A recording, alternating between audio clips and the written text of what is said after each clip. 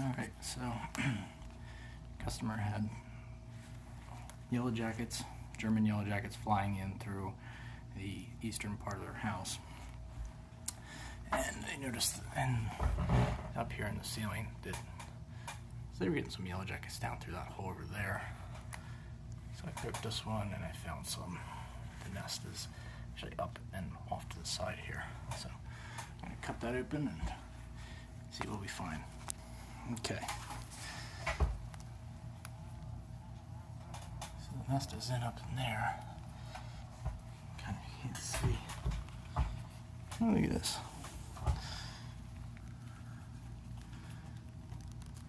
That's the nest.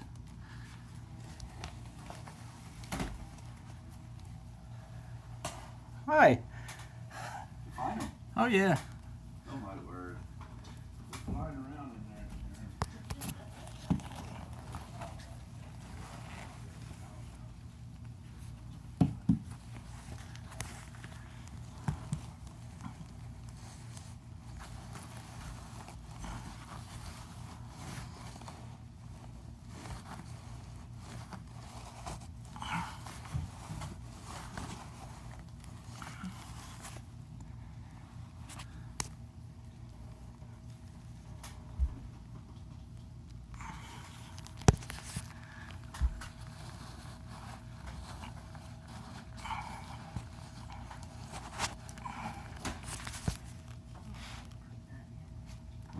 You want to see it, Sharon? Mm-hmm.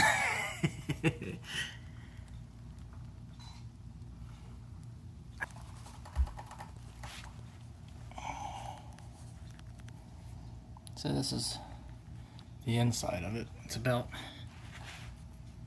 12 to 14 inches wide, and say about 10 or 11 inches tall. Look at all the swirls in that thing. German yellow jacket.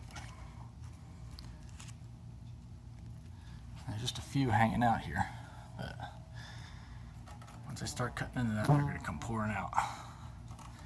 There's a few inside there you can kind of see. But it's going to get nutty.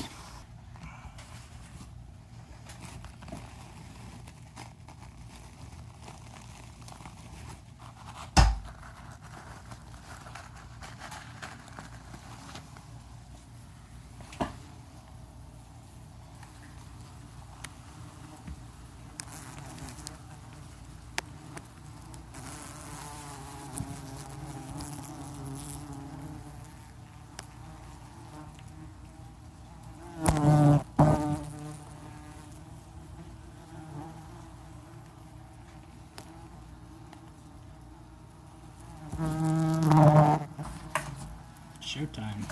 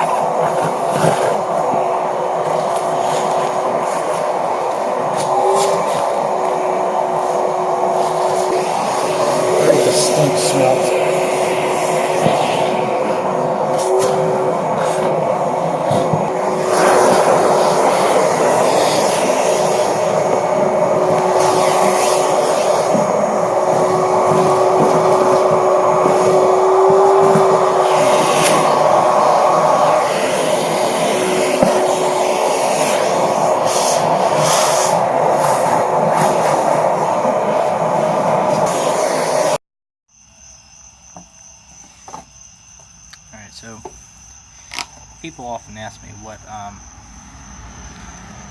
the nests are actually consisting of here. If you kind of look, let me get this to focus. So this is a pretty hefty nest. So the top combs there where the white caps are, they're called caps. Those are this here. That's the silk that is laid or woven by the larvae when they're ready to go into their adult stage. so they actually weave that themselves. So this comb here are queen comb. So these larvae in here are all going to be queens, well, would be queens. If you notice that these cells down here are significantly smaller than these combs. So this hexagonal comb column is larger to accommodate for a larger wasp.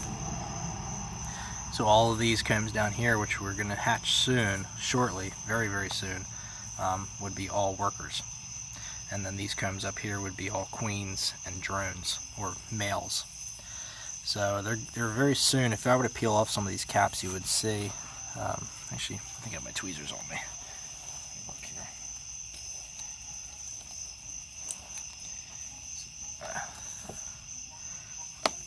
So if I were to tweeze off a cap, see, that one's a partially formed yellow jacket. It's not quite a larva.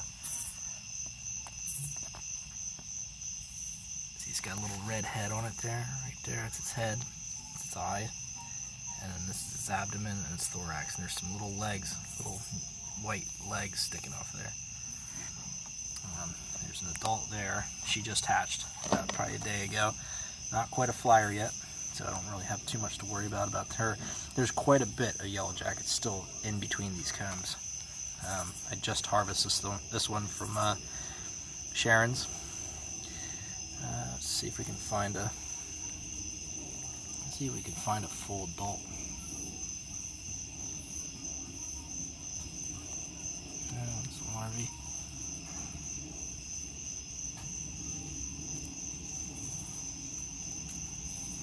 There's a larva. These larvae aren't little either. These larvae are pretty big. So that's a full larva there next to a semi-formed adult. And that would be actually an adult queen.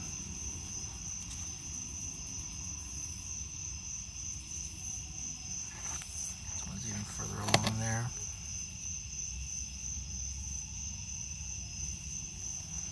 And they will turn into that. See, what she's doing here is she is going to each one of those larvae, which secrete a sugar water, and that's what she eats. The adults can only eat that sugar water. They can't eat full, hard, or solid food like that they provide for the larvae themselves. So the foragers go out and harvest dead bugs or kill bugs, insects, other wasps, and they bring chunks of them back for the larvae to eat. So if I were to actually take this larva here that I already caught and pop it open and get the juices out of it, the larva here will start eating it. If you look real close, you can see.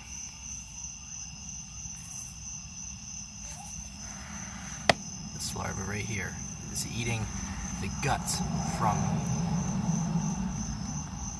see her right there? She's eating the guts that I just popped out of that larva. You can feed that one.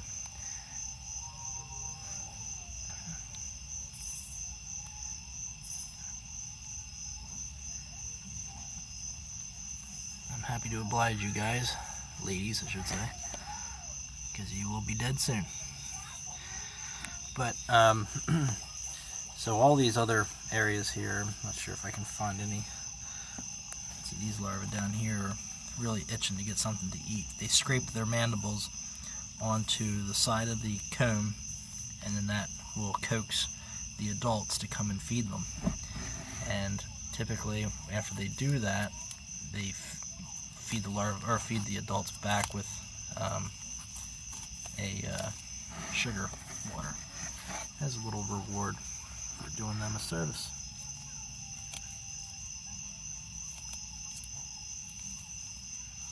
Can't find any full adults here. Probably within inside that comb. So anyhow, I just thought I'd share that. I do get a lot of questions about the process of how these guys actually make the nest. This nest is made out of wood, like a fence post or a tree that's dead. The wasps will actually chew up the wood, make into a pulp, and then when they fly back to the nest, they regurgitate it and mold it into this paper. And that's why you see the stripes, because like the green could be like a poplar wood, or the gray could be like an old fence post. And they build the entire nest doing that, combs and all. So it's pretty amazing, really, how they can be engineers and scavengers and opportunistic. They're also hunters. Pretty smart. Anyhow, I just thought I'd share that with you.